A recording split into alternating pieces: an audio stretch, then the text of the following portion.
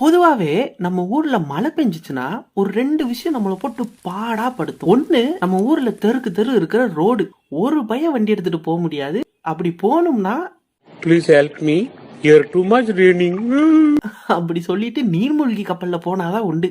இன்னொன்னு, இந்த லவ் பண்றவங்க போடுற ஸ்டேட்டஸ். லவ் பண்றாங்களோ இல்லையோ, ஆனா வானம் கொஞ்சம் இருட்டானா கூட ஒரு லவ் ஸ்டேட்டஸ போட்டு விட்டுருவாங்கப்பா.